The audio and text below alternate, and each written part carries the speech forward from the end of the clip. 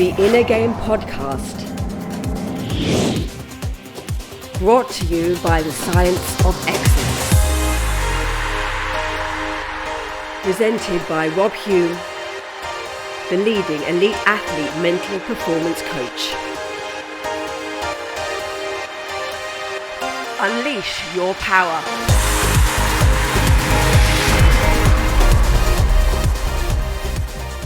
Boom. So, welcome onto the show. We have a sporting coaching legend in Frank Dick. Frank is somebody who has a wealth of experience of working with some great athletes. He spent a lot of his early career working with a massive hero of mine in Daley Thompson, and I'm just so grateful that Frank has given up his time today to come on and speak about the experiences that he's had with working with some of these great athletes, and also how he used various different tools, strategies to help maximize their abilities along the way. So thank you very much, Frank, for coming on. Okay, my pleasure. I'm looking forward to it. Right then, Frank. So you've worked with some amazing athletes, Daley Thompson being one of them, Boris Becker, Seb Coe, Steve Ovett. Sure, the list goes on and on and on. And from your time working with these athletes, you will have seen a much closer proximity as to how these guys, how these men and women ticked. How did they go about doing what they did? That's been my kind of obsession, if you like, trying to find out how they managed to squeeze out the most out of their abilities. And as a coach, you're a massive part of that process in helping them keep on track and saying and doing the right things at the right times. So that's what I'd like part of this interview to look into. But just before we go on to that, there's something from your book which I read, as I said, about 15 or so years ago, and it's something that's always resonated with me. It's how you spoke about valley people and mountain people. And I was wondering if you could elaborate on what you mean, what you meant by this kind of metaphor, and how you'd seen this in some of the people that you'd worked with. I think it really starts off with understanding that in life you can't always choose or change the conditions out there or circumstances, but you can always choose to change your attitude. It's to get a picture in your mind from the very outset that you're in control of the controllables. Don't waste your time with the stuff that you can't control. It starts off with that, the very fact that you can choose your attitude. And how I don't like to describe the two attitudes basically is that the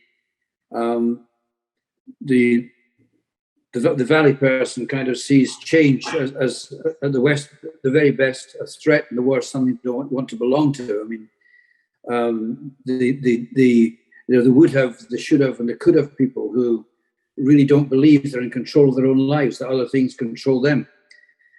They think that winning is the same thing as not losing. So for them, a draw is a fantastic result. And they kind of wear, not the kind of T-shirt that you would wear, but it says, like the song says, "I will survive."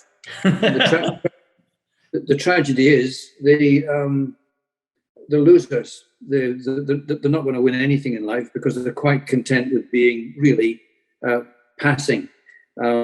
And I'll come back to that in terms of statistics in a second. The mountain people decide to take the risk of winning. And a lot of people find the other expression sensible, the risk of losing, but I can't see where the sense is in that, because you don't have to practice losing. It can be a remarkable talent in life. So there's no risk of losing at all. The risk is when you decide to climb higher up a mountain you've ever climbed in your life before, or to look at the horizon and say, that's not only the end of what I can see, it's the start of where I can realize my dreams. The mountain people see change as an opportunity. It's like, and the way I see it in sports, like the ball in the game. I mean, if you've got it, use it. If a colleague's got it, support it. And if the opposition happens to have it this time round, learn from that experience so you can turn it the next time you get the opportunity, you can turn it to advantage. Winning for them is simply being better than what other people call the best. And on their T-shirt it says, if you're not living on the edge, you're taking up too much room.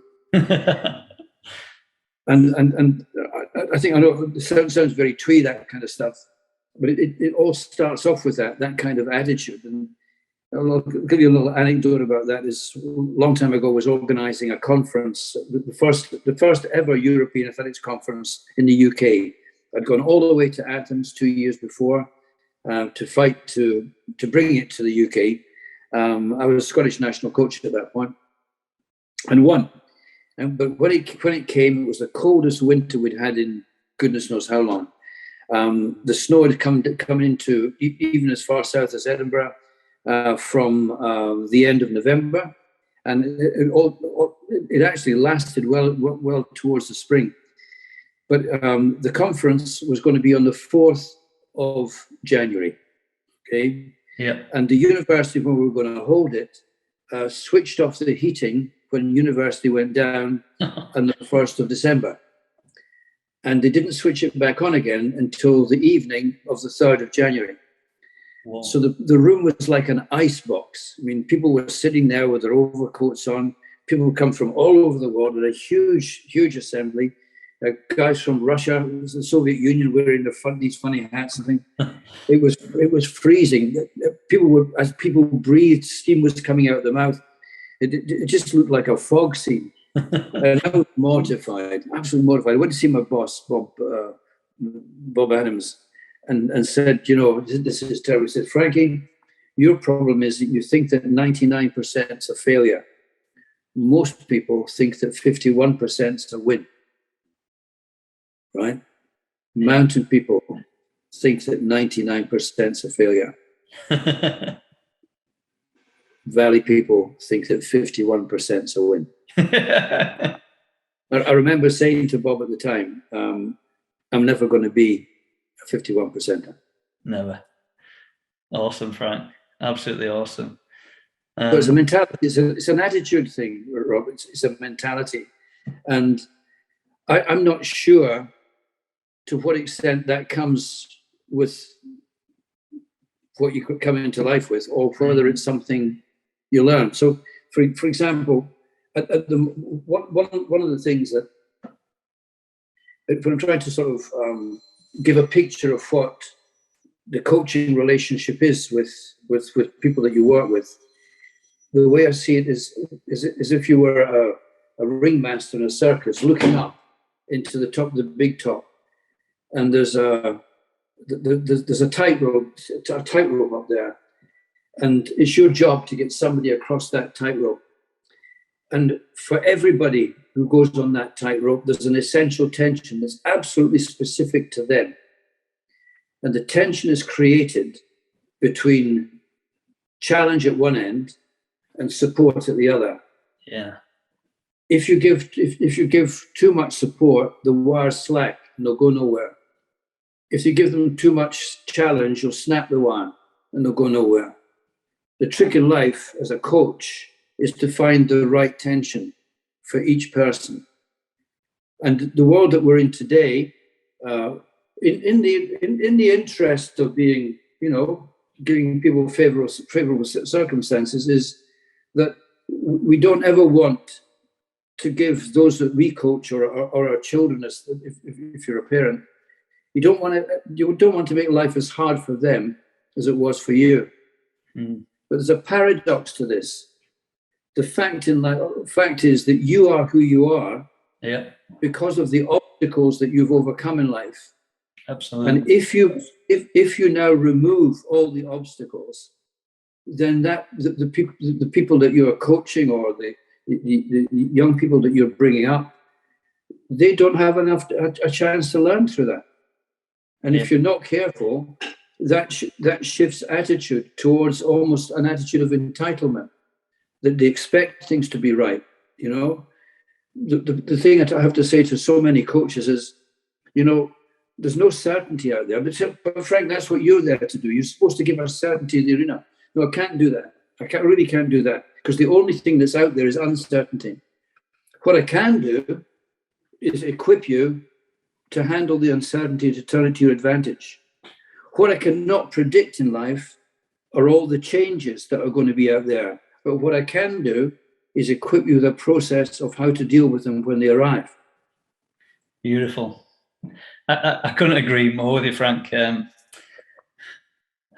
I don't have children as yet, and it's, I'm really looking forward to that day when this happens. And what you said there is something that has always been on my mind in that respect. About, if I'm honest, I came from quite a challenging upbringing. It was pretty tough, if I'm honest, and things were quite dark when I was a child, growing up. And that's what forged this drive and willpower to try to get to where I am now and try to do what I'm trying to do in the future. And, for a long time, looking back at some of the things that was going on, I was resentful of it, the whole kind of, there's a bit of why me sort of thing. And having that mentality, being stuck in that state of mind, it doesn't help anybody. And no, you're absolutely. I'm not suggesting we go back to the corporal punishment and all the tough things that we all had to go through, right? I'm not suggesting that for a moment, and I'm not suggesting that you be a brutal father or a brutal parent or a brutal coach. No. What I am suggesting is you must prepare young people to deal with challenge and adversity. Yeah. You must deal with it, because if they can't, if they don't feel they have to work for it, if they don't feel, just think of some of the kids that I've come across in life. You go across to Nairobi to the National Training Centre, and the first times I went there with all the young Kenyan and African athletes is they slept on boards. There was no mattresses, right? And I can assure that the quality of the meals was not quite what you would accept as reasonable. Yeah. And I think back to my dad when I wanted to get a pair of spikes, because the other boys had spikes at school, and we weren't a rich family. In fact, the opposite. And I came home and I said to my dad, "I'd like a pair of spikes, Dad." He said, "That's a really good idea. You buy the left one and I'll buy the right one." And so I took a job getting milk around in the mornings and the newspapers and the rolls. And unwittingly, of course, I was actually getting fit doing that, because I was up at 6 o'clock in the morning to do the job, running up and down the tenements in Leith in Edinburgh. And so I was doing a lot more work than the other guys that were at school with me. But I earned my shoe, and my dad met the deal at the other end. And it was probably a lesson that, and you probably don't really pick them up at the time, and you feel, as you say, you might even resent that my goodness, I've had to work for them. Their dads paid for it, but my dad couldn't afford to pay for everything that I wanted in life. Yeah. Couldn't afford that. And so you learn very early on in life that you have to work for anything.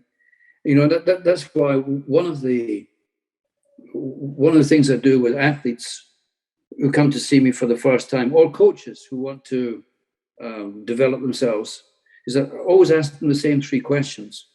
What do you want? And if it was like the Spice Girls, I would say, what do you really, really want? But where is it you're trying to get to? What is it that you want in life? And if they say to me something like, I want to be the world's best, that's fine. I just want to make the club team, that's fine. But I need to know where you want to go. Yeah. The second question is, how much does that cost? And we're not talking about economics here. We're talking about the tough stuff, the price you'll have to pay instead of in terms of not doing this and not doing that, having to give certain things up, all these bits and pieces. And then the third question is the big one. Are you prepared to pay that price? Now, if you get these three things right, we'll go somewhere. But if you can't answer the questions, there's no point of us having a relationship in the first place. Definitely. Just to also touch back on what you were saying before about the whole, getting that balance right. I love that metaphor that you painted there of support and challenge. And as the work that I do also as a school teacher, I do find, if I'm honest, that balance in schools is often wrong. Children, in my opinion, from my experience, aren't learning the resilience, the self-independent skills that they need to learn to be able to go and study. If it's about school and education, about going, coming into school and taking what they can get whilst they're at school, but then also going outside of school and developing the habits, the mindset to go and do the work, as you say, to get the GCSEs that they need to get to. And I feel that education, especially, is losing sight of that balance. Too much support, trying to do too much, because the schools are so desperate to get their results for the school and beyond their league tables and things like this. And I see it also in sport. I went a few months ago down to St George's Park, and I took a group of footballers there, and one of the coaches, the FA coaches there, was looking at my team of 16-year-olds, and I have some really talented boys in this team, really talented, boys that are at Everton, Man United, Rochdale, Bolton, some really talented lads. And this coach, he had a bit of a bugbear, and it was about the basics, the fundamentals of not being taught in some of these top academies. And he was looking at one lad in particular who'd spent 7-8 years at Man United, and he was looking at how he was standing and moving and how he's holding his posture, and just something simple such as he was very flat-footed. His weight was on the back of his heels instead of the front.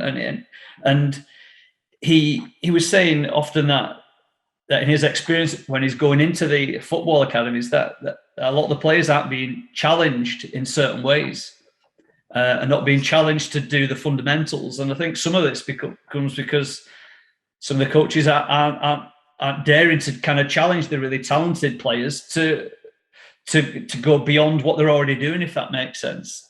You're right, and I think you use the word resilience there. And okay, this sounds a bit clumsy, but how are you going to learn to bounce back if you haven't fallen down in the first place? Exactly. You have to be willing to let people miss. In fact, I'll give you a little line that I sometimes use with people here.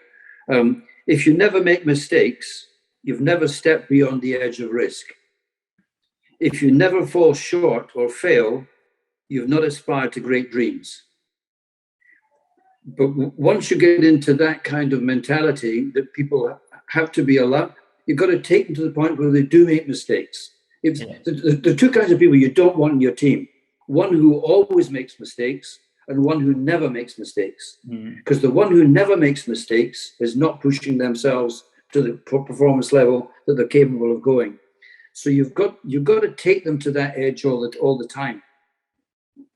And again, people think, well, surely you don't want people to hurt themselves. Of course you don't. But if you've never stumbled and fallen, you won't ever learn how to get back up again. It's like a line I use with my younger daughter when she was actually quite a good tennis player, and when she was tiny coming through and she didn't get selected for something, she was very upset about it. And as I said to her, failure is not about falling off your bike. Failure is when you don't get back in your bike again and pedal even harder.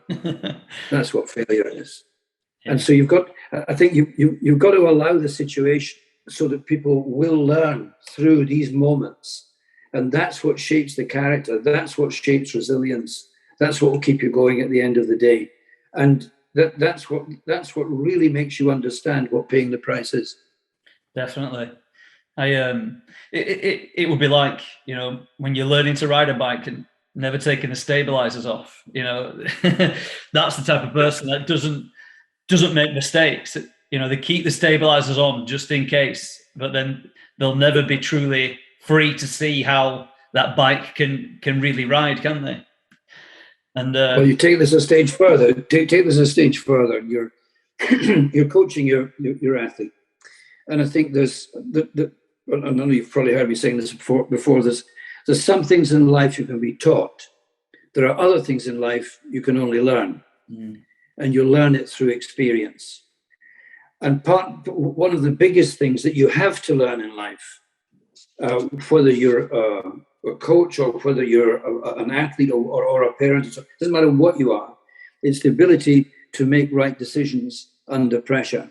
Because that defines you, that separates you from the average in the world. And the bit is, as coaches and parents, we can sometimes jump in when they're having trouble. It's one of the reasons why I feel really strongly that we in athletics made a big mistake in allowing coaches to continue coaching their athletes when they're actually in the arena. For example, in the field events and so on, you'll see athletes coming to the side of the track. Why? I mean, you're supposed to be out there learning how to win. You can't be taught that. You cannot be taught that. You have to go out there and go through the rough and tumble. And if you think about it, if the athlete has trouble making a decision and you make it for the athlete, how are they possibly going to learn how to make decisions? Because you're taking away the opportunity of the stumble. You might get it right, you might get it wrong, but make the decision and let's talk about it afterwards.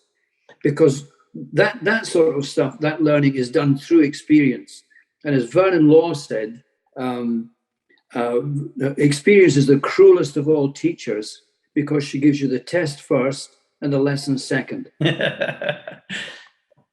But that's you could say, well, is that coaching, Frank, or is it mentoring? I don't care what you call it.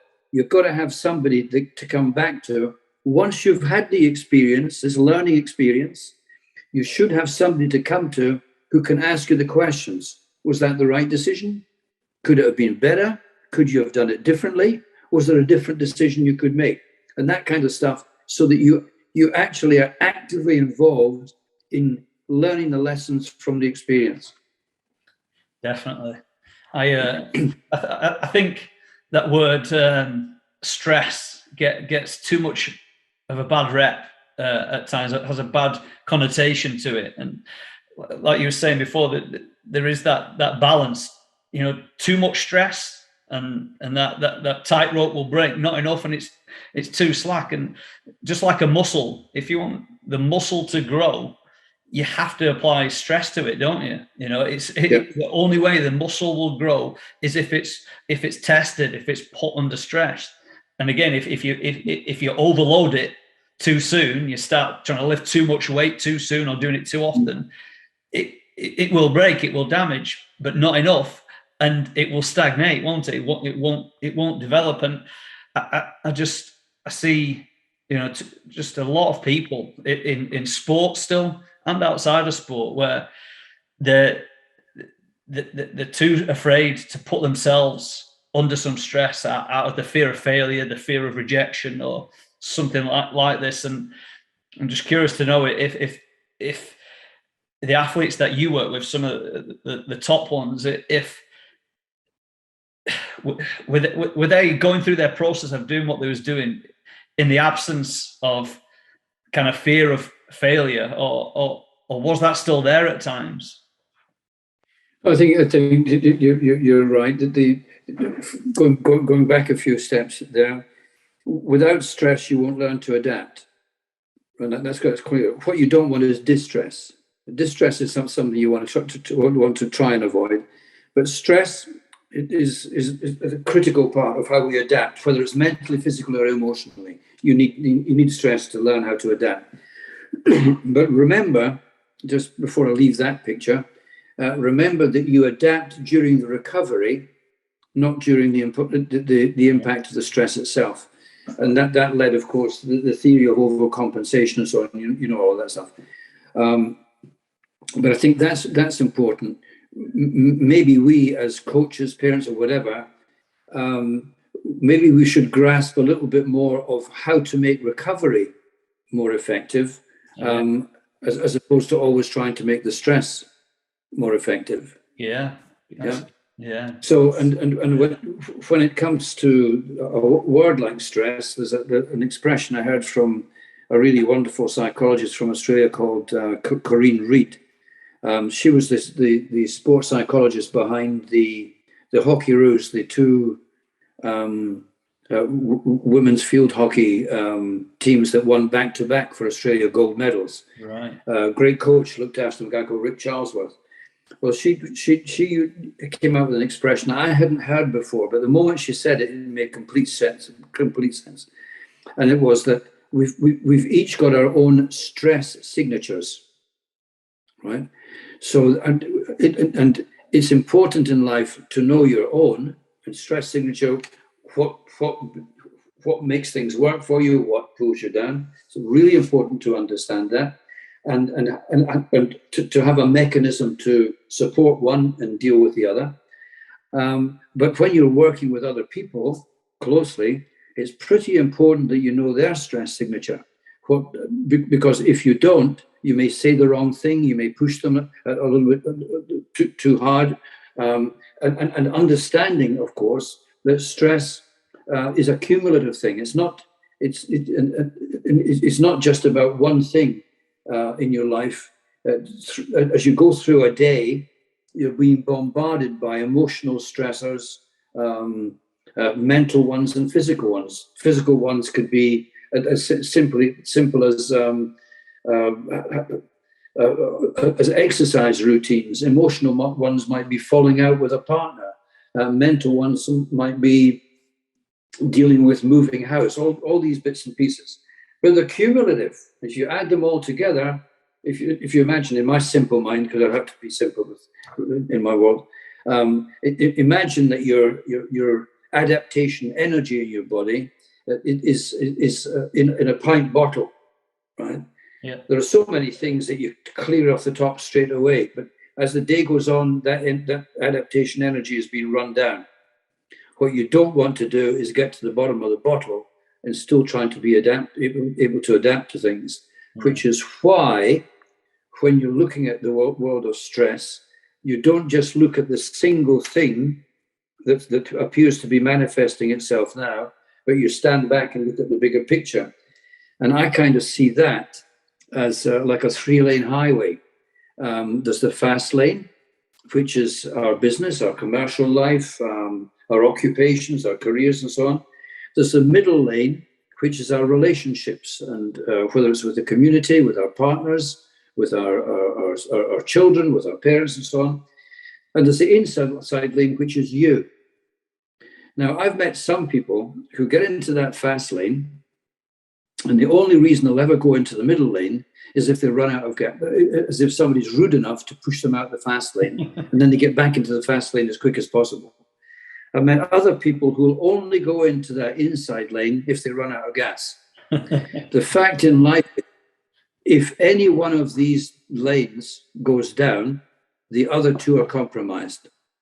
That's a really good picture to have in your mind. Definitely. Because that you have to be able to look after yourself, your personal developmental bits and pieces, that inside lane. Because if that's not right, you can't do anything for anybody else. Exactly. The picture there has been on an airplane. Whose oxygen mask do they actually put on first? Your own. Why? Because if you're not okay, other people won't be. Definitely. Okay, so that's and the middle lane. If you've got any stresses and bits and pieces in there that you're not managing properly because you haven't got your own development and performance plan for how you're going to be part of relationships, if you don't have that in order and it goes wrong, then the other two lanes are going to be in trouble. And on the front, but of course, we're all very good at looking after that fast lane. But always remember, it's only one of them. And if you add together the bits of stressor that could be across the lanes, add them all up, you could have a problem at the end of the day. So you have to manage each of these 3 lanes very carefully, and then start concerning yourself about optimal stress. Because you'll know this from the science side, is the Yerkes-Dodson law. You know that? Remember that curve that you must have learned at college? Optimal stress is what we need. Optimal stress.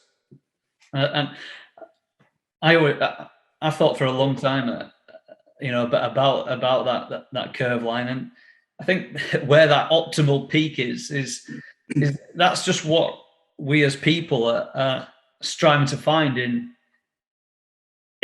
almost every aspect of life. That not too much, not enough. It works in every kind of facet, really. I think whether it's somebody's trying to get fitter in some respects, they don't want to overdo it, they don't want to underdo it. Like we're talking about the nurturing of children or sporting talent. Not overdoing it and not enough. We should be constantly, in my opinion, anyway, be striving to keep in that sweet spot for as long as you can. And as you were saying before, Frank, like, you're not always going to be able to stay in there, because there's those curveballs that come up, aren't there? Those things that's just going to happen. That's just going to knock you left field.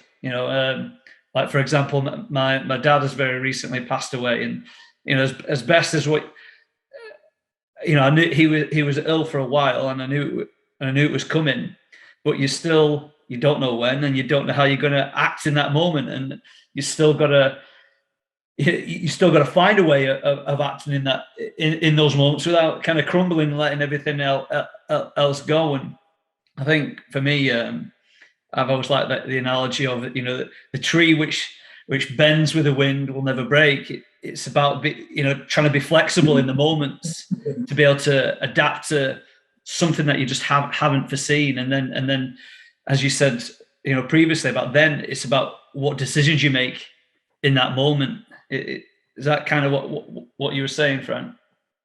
Absolutely, and I think our capacity you got to prepare yourself to be adaptable. I mean, if we looked at what's the golden nugget in everything is preparation, right? Preparation.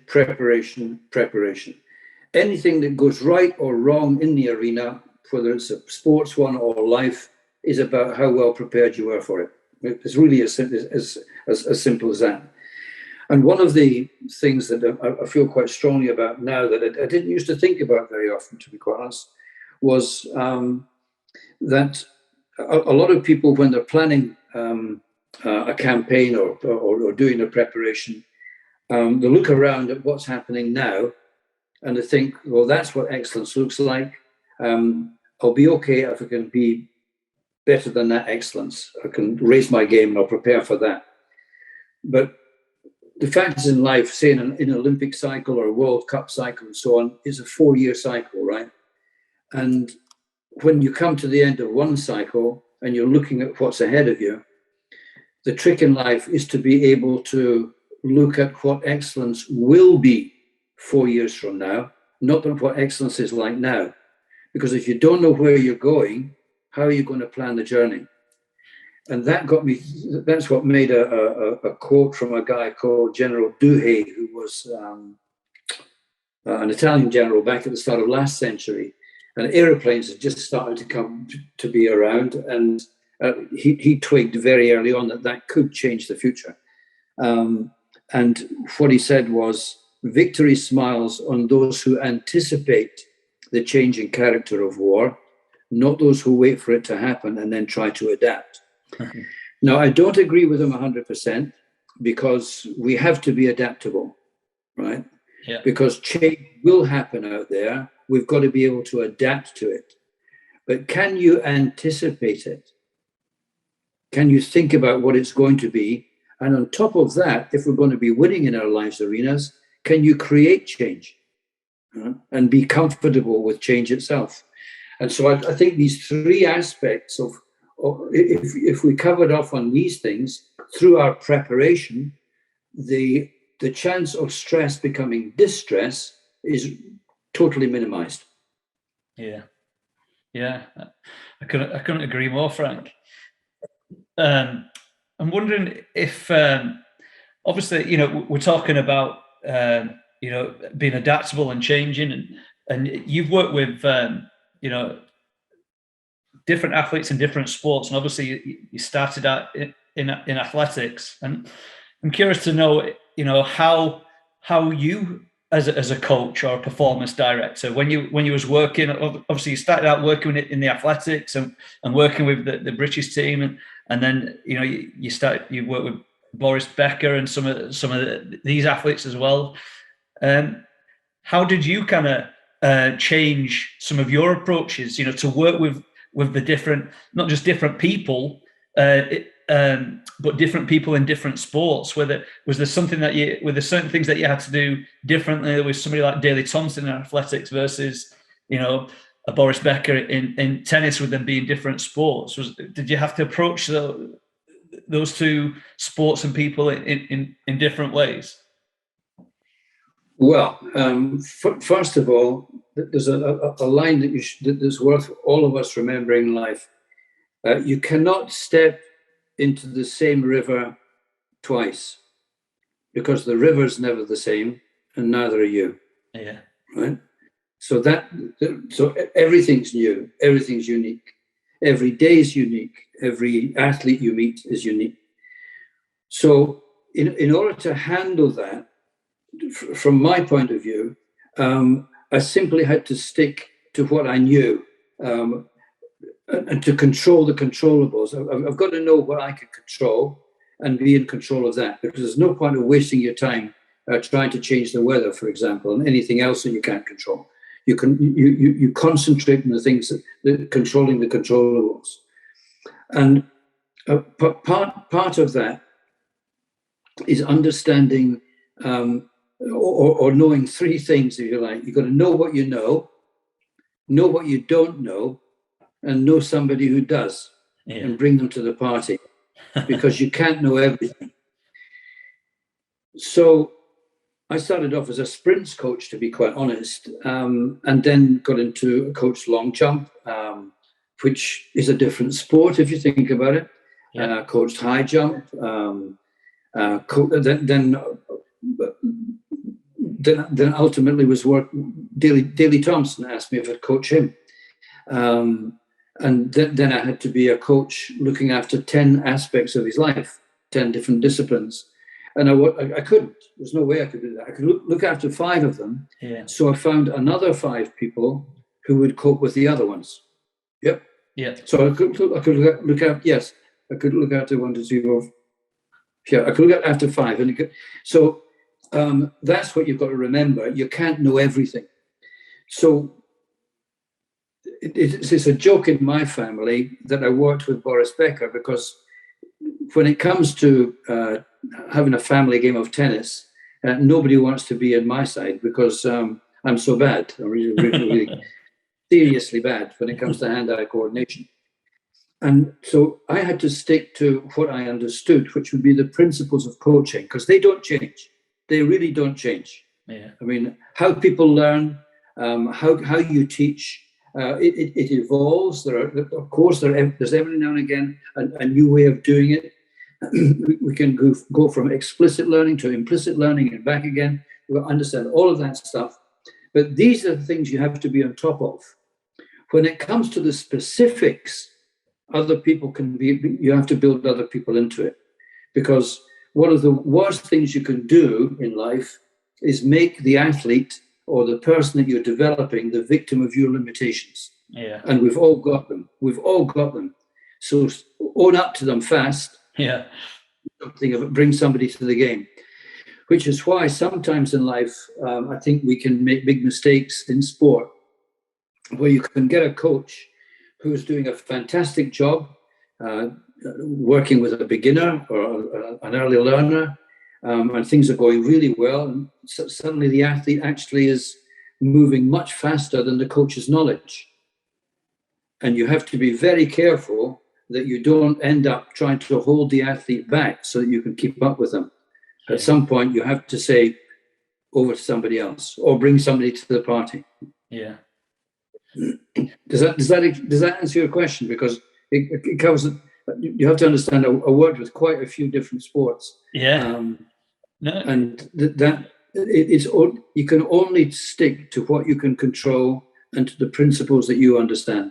Yeah, it makes perfect sense, Frank. I think you know, I've been there myself in the past, and maybe it's still there at times now. And I certainly I see it in other people at times where they're in positions of leadership, and their own ego kind of gets in the way of them accepting that they need a bit of help, you know.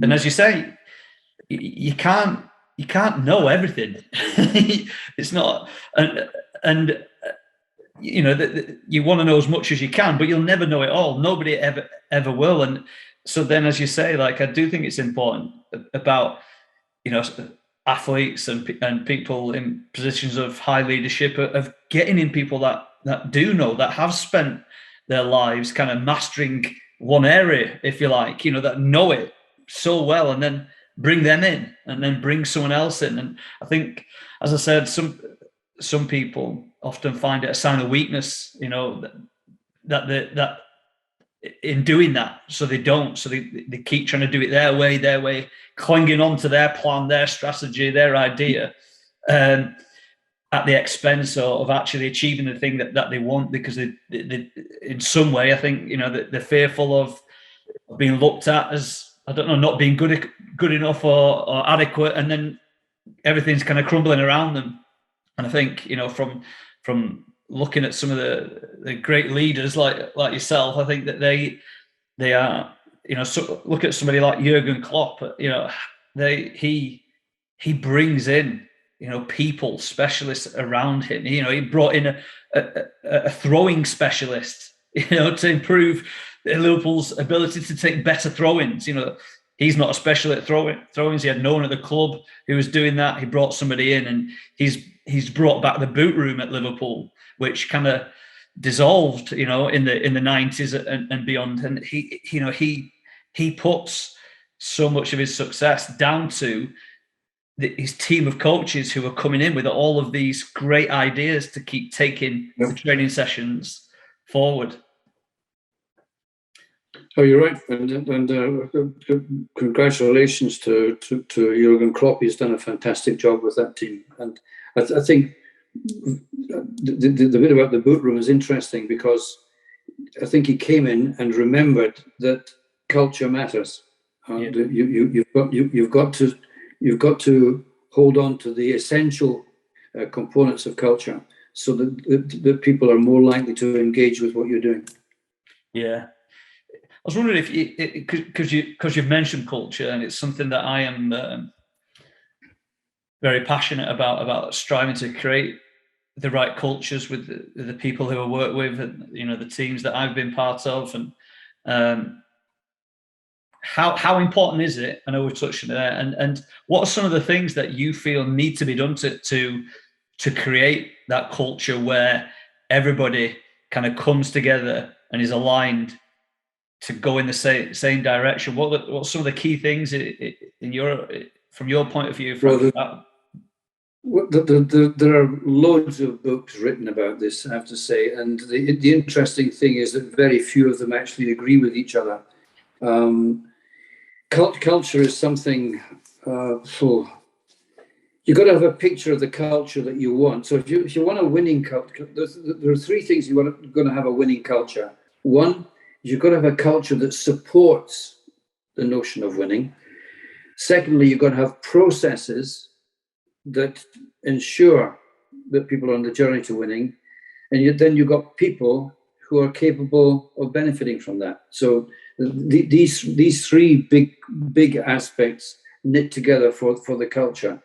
But of course, cultures vary. I mean, you can go into one country and they'll say that the whole idea about sport is not to win but to take part. Well, I love that as a fluffy concept, but Doesn't work really, does it? At the end of the day, I mean, you don't go to the Olympic Games thinking that. Although you hear that in the oath, but you don't think that way. You're there to win, and if losing doesn't hurt, winning doesn't matter at the end of the day. But then, of course, you have to come around to, well, what is winning? If we start off by saying that winning relates more to performance than to results, then you'll probably get closer to the right kind of culture that you want to create.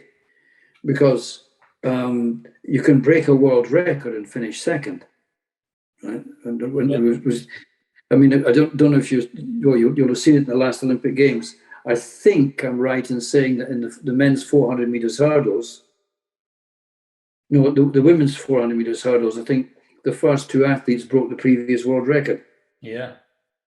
And so getting a silver medal, is that a measure of what you did that day? No, I ran faster than I've ever run in my life before, and that has to count for something.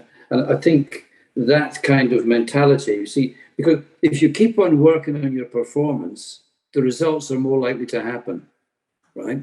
If you keep on looking at the scoreboard, they're not.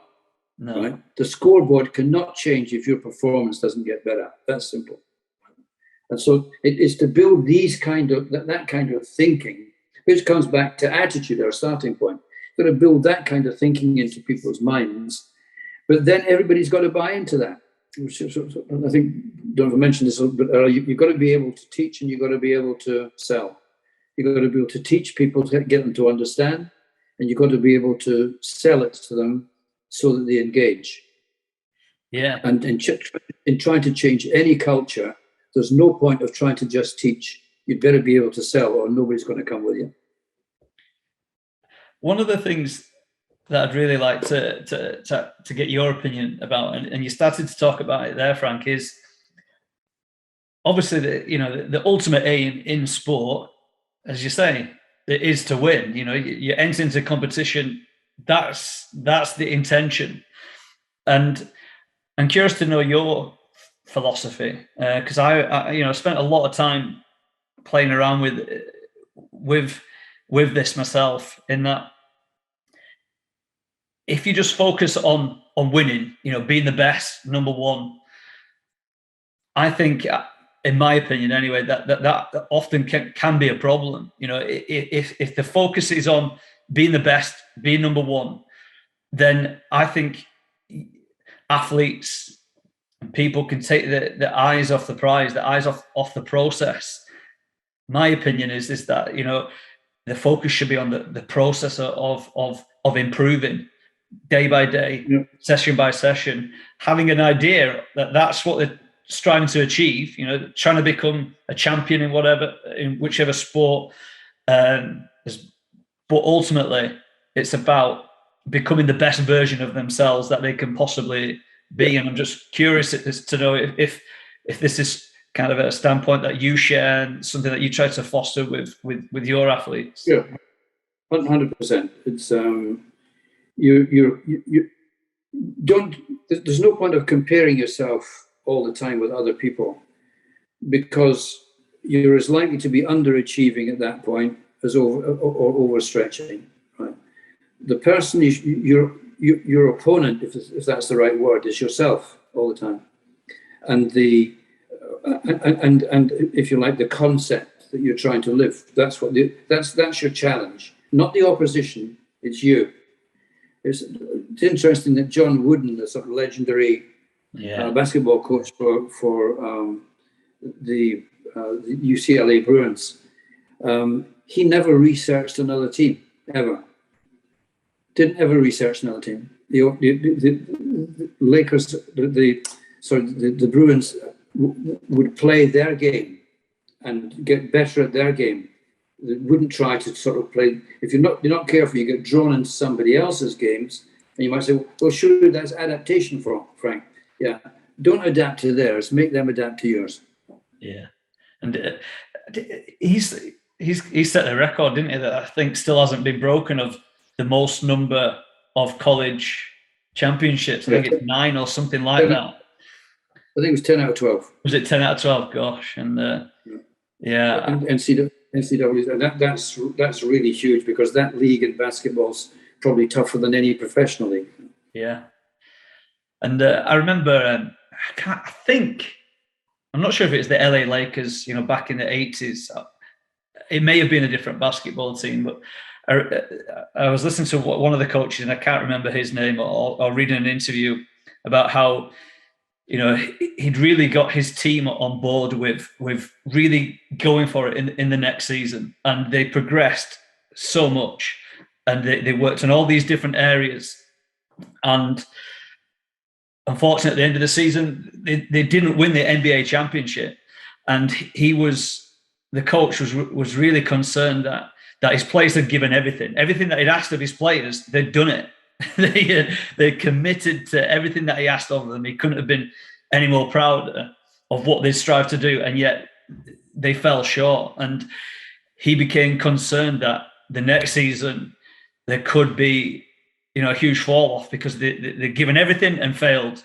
And in doing that, then, well, it could kind of develop this attitude of, well, I've tried everything and failed, so what's the point next season in trying to go to the level that we went to? And he challenged his players to focus on all these different fundamental areas within basketball. Not sure exactly what they were, and his challenge to them was just to pick each one and strive to get just 10% better in each one of these different areas. Just try to get 10%. Can you make your layups 10% better? Can we make it, our fitness levels, endurance levels 10% more? Can we get 10% stronger? And they bought into that.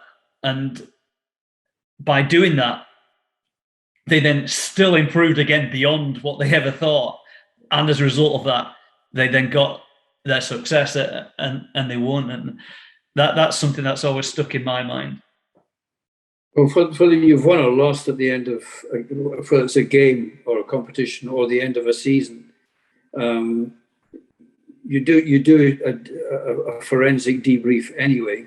And whatever happens, there must have been something you've learned from this that you can use to be better or to do things differently the next time round.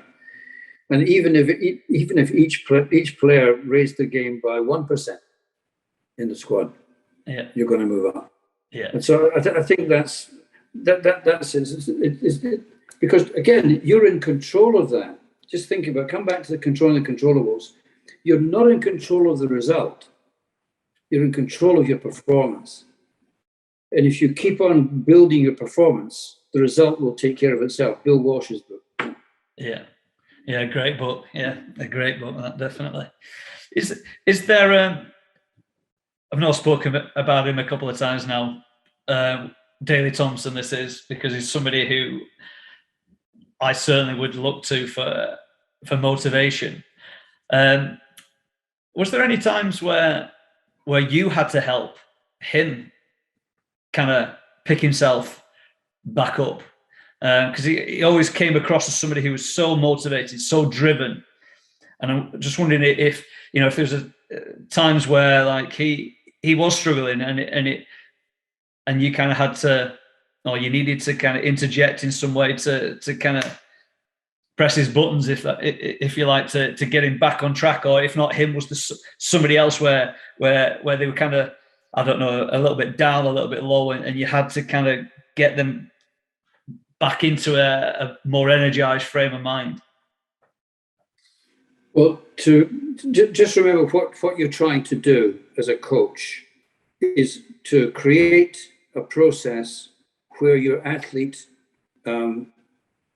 takes ownership of the development and performance. That's what you're doing. Yeah. And so for the most part, I can actually only think of, don't know if it ever happened elsewhere, I can only think one thing off the top of my head, I'll come back to that. But for the most part, Daley would create his own motivational climate. So if things were going wrong, I remember in Stuttgart, he'd now run the fastest time of his life in 100 meters. And there was a bit of a following breeze in the long jump, and the two things put together meant he was jumping very flat and not getting the distance he was after. Fortunately, Hinkson and Ziggy Vance were having the same problem. I remember things were not going well, and he sat in the corner in the arena when other people had come off. He just sat against the wall for a good 5 to 10 minutes, and then when he came out, he's walking around with me. I said, "What's that? What was that all about?" And he said, "Frankie, sometimes I have to remember what it feels like to lose." Because I don't want to lose here. And so, and he went on to win. But when we did have a problem was, I think it was the next year in Rome for the World Championships, where he did have a knee problem, and I wasn't sure whether we should be doing the competition. And Daley said, "Frankie, if you never try, you never know." And so he was going to try. Yeah. And we knew after the 100 meters that things were not going to be as good as they should be. And as the competition went through, I think it came to the end of the pole vault, and he came off the track, and he was sat there. It was wicked weather that whole competition, and he sat in the tunnel, and he looked up to me. And he said, "Frankie, get 2 tickets to Jamaica, one for you and one for me, and let's go now."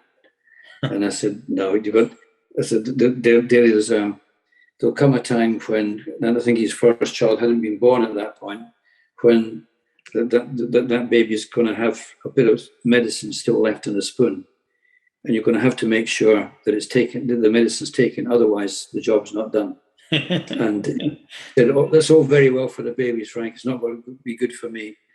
But anyway, as things went on, a couple of other athletes and coaches came in to say, "Daley, you're doing great, mate. Well done for hanging in when things are not going right."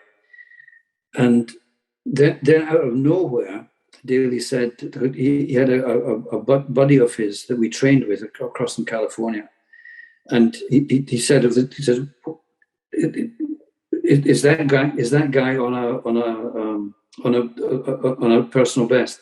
I said, "Yep. If he runs X, Y, and Z in the 1500 meters, he'll get a lifetime best." He said, "Am I in his heat?" I said, "Yeah." He said, "I'll go for it." And he helped the other guy to get his PB.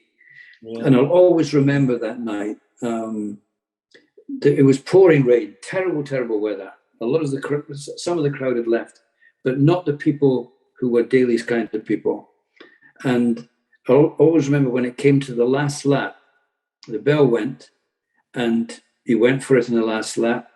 And as he went round, the crowd stood up like a sort of a progressive Mexican wave all the way around the track. I mean, I could feel the goosebumps in my arms just thinking about it now. And when he got to the home straight and he's coming down there was a roar like you've never heard before. Support seeing him all the way home. And I remember we had a conversation afterwards, and I've always held in my mind, real winners in life win even when they lose. Yeah.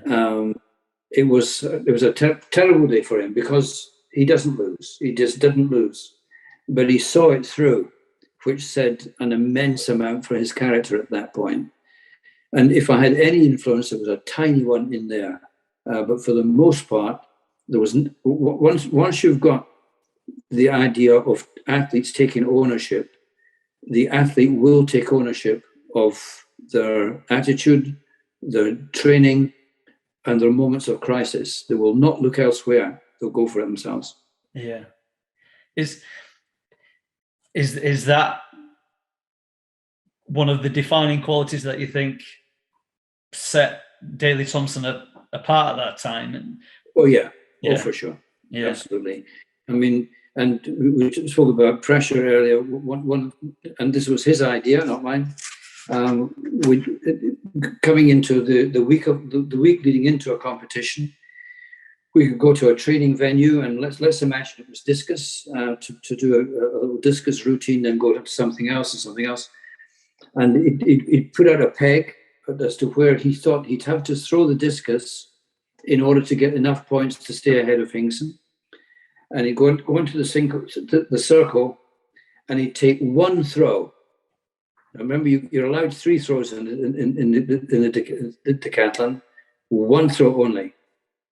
And it didn't matter what happened, he would not take a second one. Because that's part of, again, preparation in life. You'll not get second chances out there. So don't give your second chances, give yourself second chances in a year. And so he would create his own stress platform. Awesome.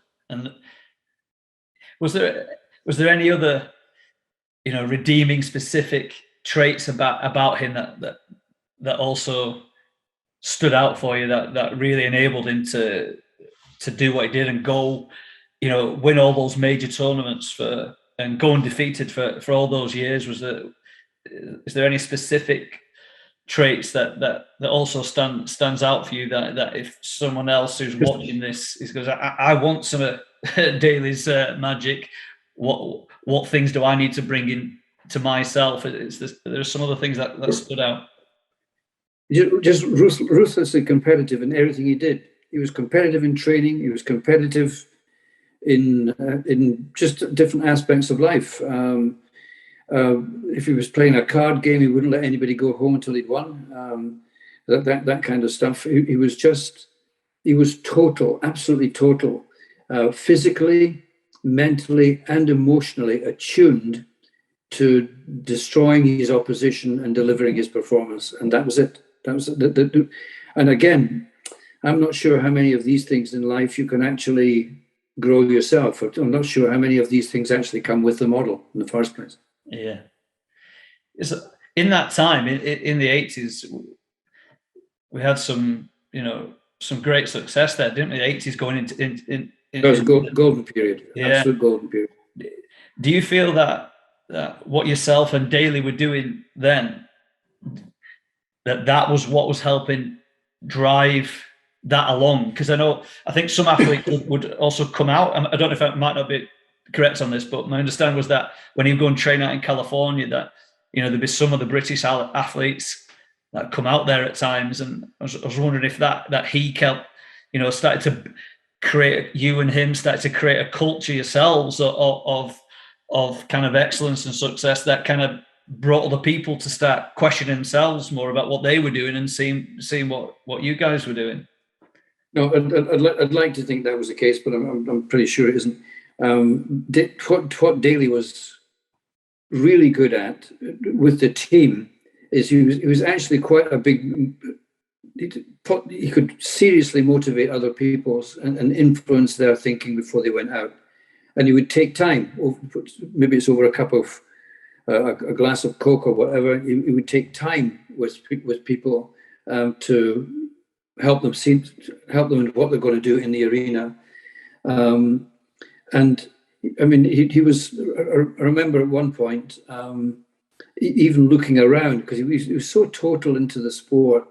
There was a young lad called Dalton Grant who was jumping at Haringey, and Daley said to me, "I think you should have a look at Dalton." And I did, and I worked with Dalton, and he did, as you remember, Dalton did pretty well, 2.37 meters. And so he was very conscious of what he could actually add to other people's lives. That's not to say he was a softie, because he had a very, very, as you know, comparatively very hard edge to him. But coming back to the golden period, what was a huge, huge advantage to me was that there were a number of coaches there, and a good coach education program that we developed that found a large number of coaches able to coach people to Olympic level. Right. By the time we got to 1992 Olympic Games, if my memory serves me well, we had over 90 athletes in the team, and over 60 coaches were responsible for that. Whoa! Now that meant, as I said, that you had 60 coaches capable of taking athletes to that level. And but at the elite end, we had some wonderful coaches: Harry Wilson, Jimmy Headley, working with Steve Cram, Seb's dad, Peter, Ron Rodden with Linford, Bruce Longdon with Sally Gunnell, Fatima Whitbread's mum, obviously also working with Steve Beckley and one or two others working with Fatima, Wilf Page working with Tessa Sanderson. I could go on and on. But Mike Smith down in Southampton working with the 400 meters guys. I was really, really, really fortunate with the coaches that we had at that time. They were all outstanding, and the athletes. Again, they weren't going to do anything without talented athletes, but they got the very best out of these talented athletes. Yeah, and is that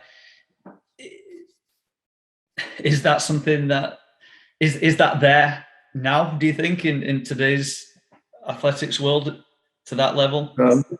It'd be unfair for me to comment at the moment because British athletics, in terms of international performance, are not doing as well as they should, and it's been quite an expensive job to get to that situation. I think with all the best meaning in the world, we perhaps do too much occasionally for our. The economic circumstances are not tested at any point, and perhaps we've made life that little bit too. What's the word? Supportive. Goes back to the earlier point in the conversation. There are questions being raised at the moment about should we not have a better coach education program? But to be fair, UK's got a very good program. I'm just wondering if at the top end, and this is not unique to UK, by the way, it's worldwide.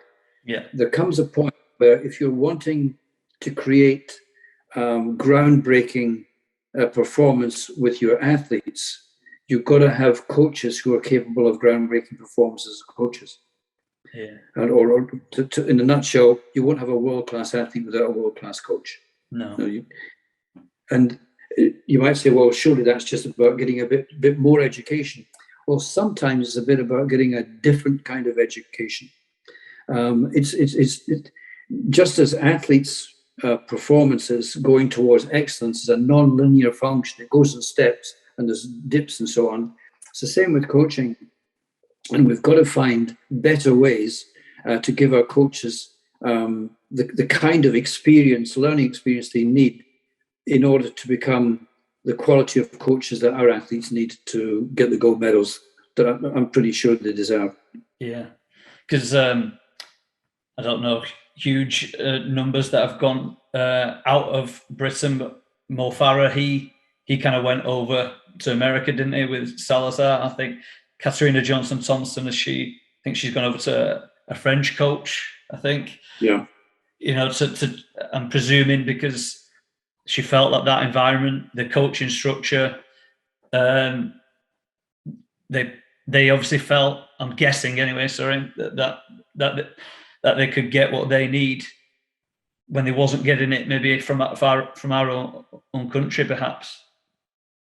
Yeah, you're right. I'm really not keen on this idea of let's find a coach somewhere in the world. I understand in the short term, if you don't have the coaches here, you have to find the right coach for the athlete.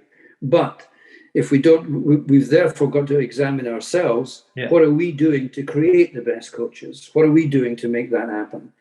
I mean, again, coming back to the huge good fortune I had, if you think on my staff, I had people like Malcolm Arnold, and Malcolm is legendary worldwide on his understanding of hurdles and producing Olympic gold medalists, world champions.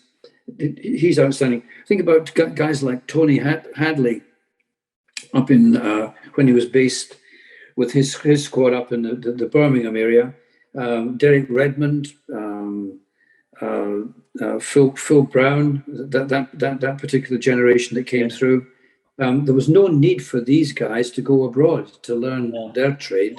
We had the capacity here. And of course, it can be very fashionable to think, let's get myself another coach, and I'll go abroad. I honestly believe that Raducanu, the tennis player, is brilliant. She's a genius tennis player, and she is well capable of achieving huge success going forward. But to keep swapping your coach is not the best. It really isn't the best idea. I think it's been 5 times now, hasn't it, in a short space of time? It's not a good idea, because you cannot possibly have learned all that you can from this or that coach in such a short period of time.